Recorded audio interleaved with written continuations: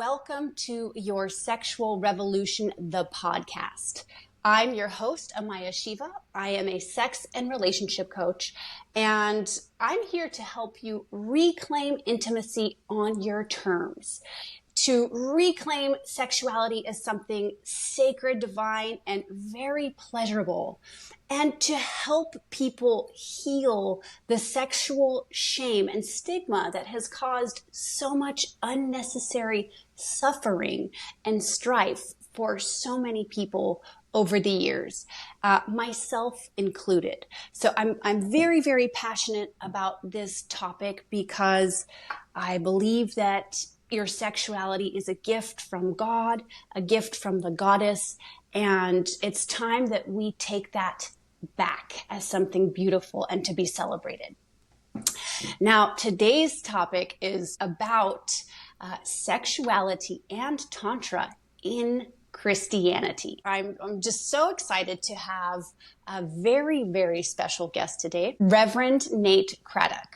And he is a pastor, podcaster, professional astrologer, and public theologian in Southwest Michigan, where he serves a congregation. He offers counsel and companionship through Christ-shaped contemplative practices and Jyotisha Shastra, which is Sanskrit for Vedic astrology. He also happens to be queer. I'm super excited to have him on today so that he can share some of his deep knowledge and wisdom, personal revelations and reflections on where we need to take sexuality, not only as a culture, but within the realms of worship and the church. So Nate, thank you so much for being here. I'm super excited to have you. Thanks so much for having me, Amaya. It's my pleasure to be here. Thank you again for the invitation. I'm going to tell you guys how I came to this realization that I needed to have Nate on my show. So Nate and we study with the same lineage of astrologers. He's a senior student to me. Our teacher really loves his kind of crossover as somebody who is deeply rooted in these traditions of Christianity and also in Vedic wisdom. And I was reading this story about Radhanath Swami, his autobiography, and had gotten to this section about the divine love between Krishna and Radha and about his visit to Vrindavan. And it was like, I shut that book, sitting on the floor in the sunshine, afternoon sun coming through the window, and thinking about, gosh, like we need so much more of this reverence, this acceptance, this kind of flavor to sexuality. And it was like a lightning bolt. The universe was like, have Nate on your show. And I was like, okay, yes, ma'am. Yes, goddess, I hear you. And immediately got up, got on my phone and sent him a message. And he was an absolute yes to that. So again, I just feel this is also divinely guided.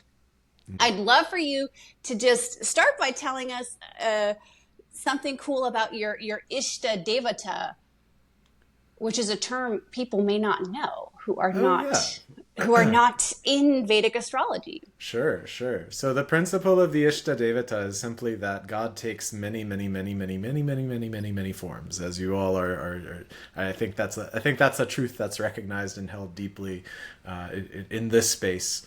And the idea behind that is that every single human being, every single living soul has a particular form by which God is trying to get to them. God is trying to call them into the fullness of being and bring them to a place of self-realization and liberation and freedom beyond the constraints of the limited constructive ego that is just a swirl of our own stories and experiences and samskaras that run ruts in the mind.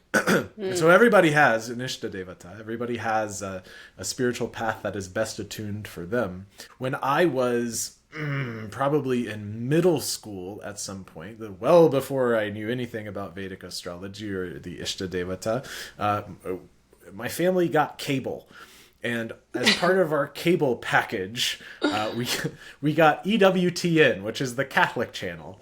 And I was just idly flipping through channels one day after school and came across EWTN, and there was this like really ridiculous, cheesy, soft focus, soft lighting, like girl in a field saying the rosary. And I was taken by it. I sat and I watched this entire rosary program. And if any of you all like grew up watching EWT, I don't know, because this is who I am. But like, I was just so taken with it that the Mary just kind of entered my field in a really powerful way, which was strange considering that I was a Methodist preacher's kid. We only talked about Mary once a year, and it was on Christmas Eve, and that was it. And so I started to ask my dad, like, whoa, what is this? What's going on? What? I like this. Why don't we do this? Why don't we say these prayers to Mary? Why don't we have like any imagery of Mary in our church? He's like, no, we don't do that. We're Methodists. We're not Roman Catholics. So I was like, well, there's something cool and weird and transgressive about this. I'm in. One of the most interesting experiences I had with her that really confirmed, oh, this is for me. In the months following coming out and getting divorced, which is a whole other story that I'm sure we'll get to presently, I was working the morning shift at the local Panera Bread.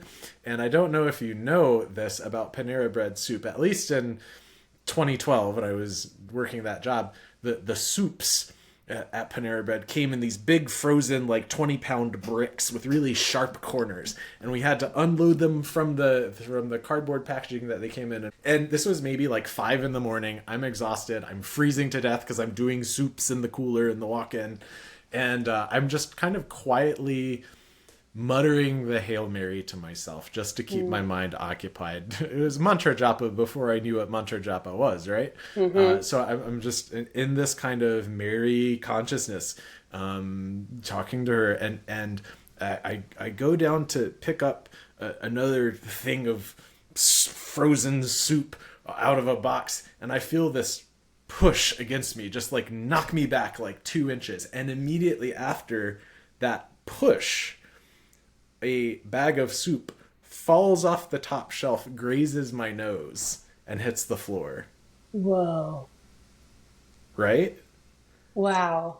It probably, like, it would have been kind of a bad deal if that had, like, hit my forehead or my fontanelle, Totally. right? Like, so yeah, there was just this maternal protection, just giving me a little bit of a shove. And often I find that Mary's presence does show up as this kind of like a forceful Shakti energy, not just like a demure little doe-eyed, fair-skinned, because, yeah, she was totally blonde, blue-eyed, because she's from Palestine, right? Like, there's this whole, kind of, you know, we can get into artistic representations of Our Lady and that whole thing, but, yeah, so just, like, this experience of power and presence and protection that never left. And she's been with me this whole time, throughout my whole divorce process, through getting my feet back under me. And it's like, yeah, I serve in a Protestant context now by virtue of the denomination, the tradition that I'm serving in the United Church of Christ. But boy, howdy, I love Mary more than most Catholics. And so for me, like, yes, it's Mary as this particular woman who lived in history in a particular geographic place, and she is also consonant with Mahakali, with Chamunda, with Durga. Yeah. Right. And so in this place, the water springs up through Mary. In this place, the water springs up through Chamunda and these other divine Shaktis of the South Indian traditions. So yeah, yeah, she's with us today. I've got my Shakti shirt on, and yeah. Beautiful. Thank you for sharing. Thank you for asking. I will take any opportunity to talk about Mary. I can. That was beautiful. I really loved too hearing the part about Mary actually coming in and protecting you, and that piece of like being in this, you know, this work environment. You're in the freezer, pushing these boxes of soup around, chanting. I can really connect to that because I started to learn the Hanuman Chalisa when I was working in a punk rock nightclub called the Fun House, which was like this terrifying and amazing place in Seattle across from the world famous Space Needle with this like scary 12-foot clown head on top. And we had the most crazy punk rock shows there ever. People would threaten my life because they were intoxicated or they'd be throwing drugs at you. And I'm back there just singing the Hanuman Chalisa, learning it on my little note cards in the slow days. And it's really interesting the context in which we find those parts of ourselves, right? It's not always at the top of a mountain sitting at the feet of saints, which is an experience I'm grateful to have had numerous times. But it's this like when you're in the trenches of your own humanity. Yeah. Right. God finds you at 5 a.m. at Panera. God finds you at the punk show, right? Like that's where she shows up. Yes. And I love that you said God and she together, because one of the things that I'm really interested in hearing about from you personally is what has it been like to be queer and in the church, and have you felt accepted? That's a big question. I'm going to try to answer this concisely, and the answer is yes and no. Yeah.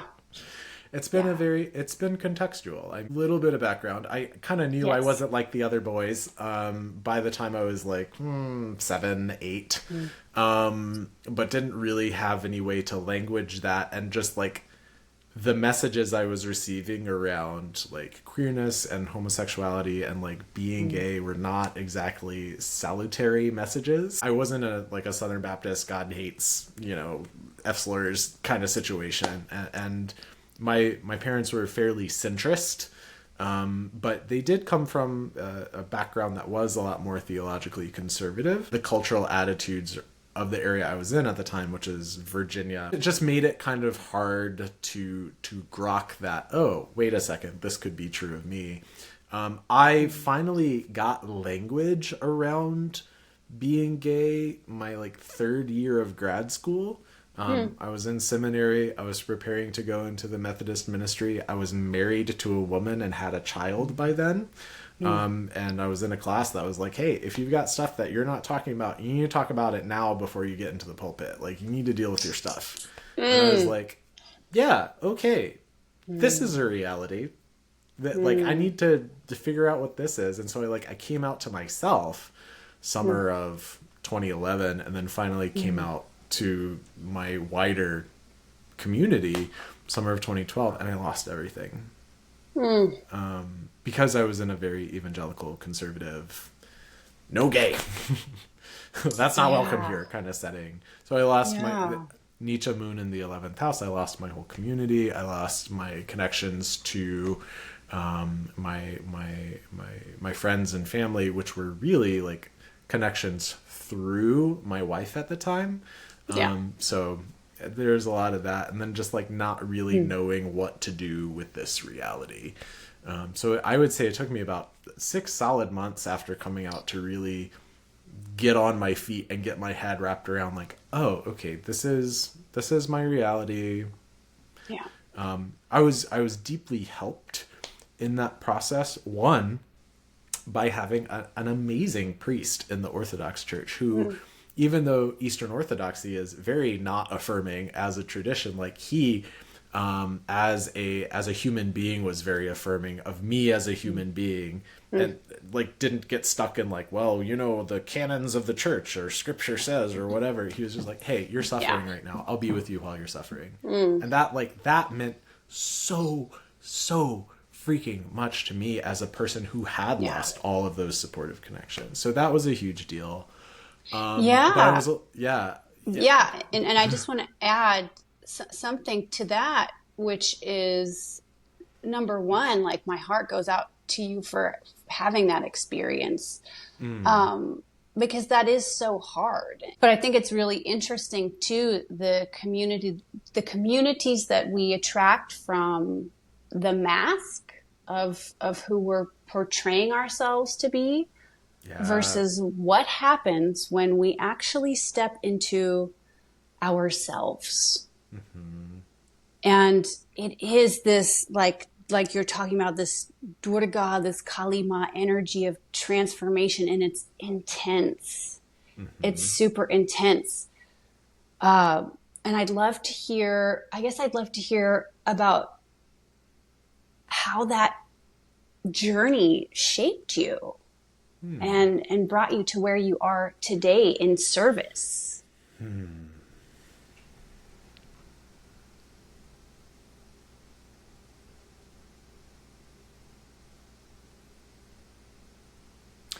I think one of the most important things for me in that season of my life was connecting to a community of faith that I had enough in common with in terms of belief and practice, that I could at least find my place at the table.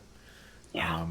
So I was deeply helped, as I said, by my friend who was a priest, but I also realized orthodoxy is not it for me. But I was able to find these connections with people who are like, we are also doing the work of creating communities where people can bring their whole selves.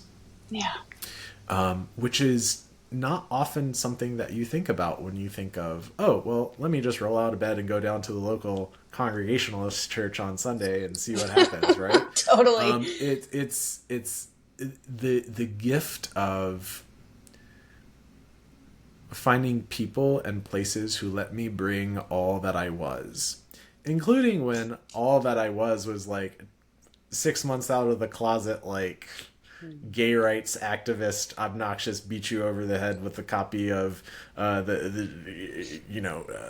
Clarissa Pinkola Estes, and just like that whole zeal of the converted thing that I had to get out of my system for the first couple of years.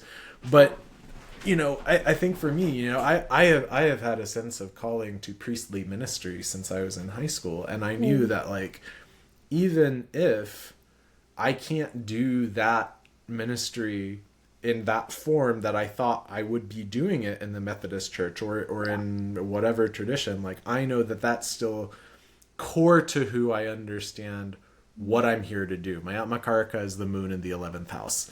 I'm here to hold a vessel for community. And so finding the way to do that has been kind of the guiding shape of how I've come into my vocation now, which is that's what I'm doing right now. That's what I'm here to do is to hold space for people to bring all that they are, so that all the things that they are can talk to each other, and the alchemical transformations that need to happen for people to come to a place of wholeness, body, mind, spirit, sexuality, the whole deal, can actually happen. Now, sometimes people are bringing to those spaces also Midwest culture that's very about sexuality in general, which is some of what I'm dealing with right now in my context. But totally, I'm from Kansas, so I get it. Exactly. But just having those places where I could do that was such an important piece of the journey. Yes.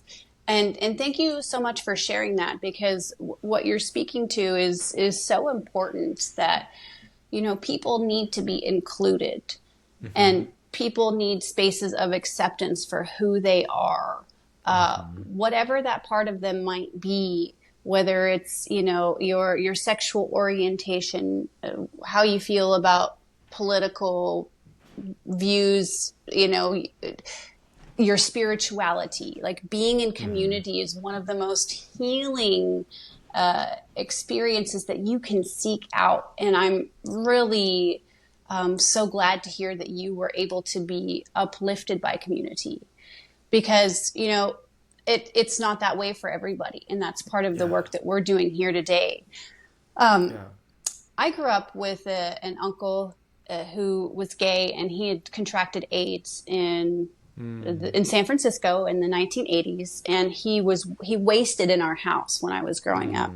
And I grew up in Kansas, Lawrence, Kansas, which is a relatively liberal place. It's like the blue pond in the sea of red, if you know what I mean. Yeah.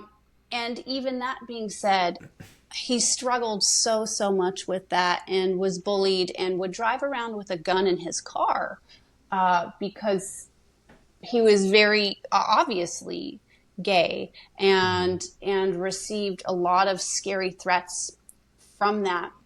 How do we make sure, and let me rephrase that. What do you hope for the church in terms of sexual inclusion? My hope for the church, my dream for the church, is that we actually embody the principles of the kingdom of heaven and let everybody have the place at the table that is rightly theirs by virtue of being image bearers of God. God damn it. That's my hope for the church. Mic drop. Let's go. But I also am recognize it. Like, I'm not stupid. Like, I know that's going to take time. It's been a journey, and it might take another 500 years for queer folks and women and people whose bodies and whose ways of being do not mesh with the standards of cishet white patriarchy, which is so much of what the Christian institutions that contain the Jesus movement are rooted in. I know it might take another 500 years of reformation for us to get to the point where, hey, actually, maybe gay people can get married in the Roman Catholic Church. I think it's our role, and when I say our, I mean those of us who are affirming Christians, to be the sand in the oyster, so to speak, and to agitate in gentle and loving and Christ-like ways to say, like, hey, actually, look at the people who were surrounding Jesus during his ministry, leaders within the Jesus movement. Look at the fact that it was John, the beloved disciple, who was cuddling with Jesus at the Last Supper. Look at the fact that, like, a eunuch brought Christianity to Ethiopia. Like, look at the fact that there have always been queer folks advancing the cause of the realm of heaven by living in justice and mercy and joy. And you have to admit that we are an essential part of this world movement, and we cannot be cut out of it without also cutting off a vital organ in the body of Christ. We belong here. We always have been here. We ain't going anywhere. So the sooner we're all on the same page, the better.